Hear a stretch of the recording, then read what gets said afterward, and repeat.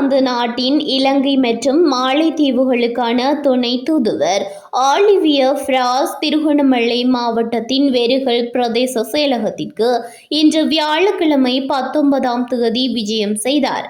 இதன்போது தித்வா புயல் மற்றும் வெள்ளத்தினால் பாதிக்கப்பட்டு கைட்ஸ் ஃபவுண்டேஷன் ஊடாக சுவிஸ் அரசாங்கத்தால் வழங்கப்பட்ட நிதி உதவியை பெற்ற பயனாளிகளை சந்தித்து கலந்துரையாடினார்.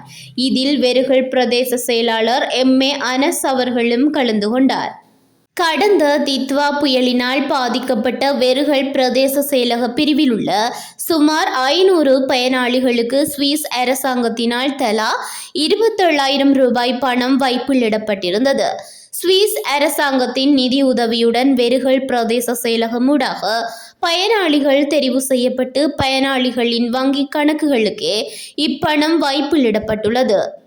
வெள்ளத்தால் பாதிக்கப்பட்டவர்களுக்கு வைப்பிலிடப்பட்ட பணத்தை பயனாளர்கள் பிரயோசனமாக பயன்படுத்தியுள்ளார்களா என்பதை அறிந்து கொள்வதற்காக துணை தூதுவரின் இவ்விஜயம் அமைந்திருந்தது.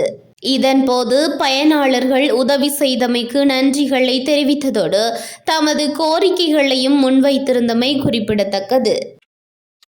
So we are here today from Colombo. I am from the Embassy of Switzerland. The purpose of the visit today was to meet the communities and affected families by the cyclone Ditwa.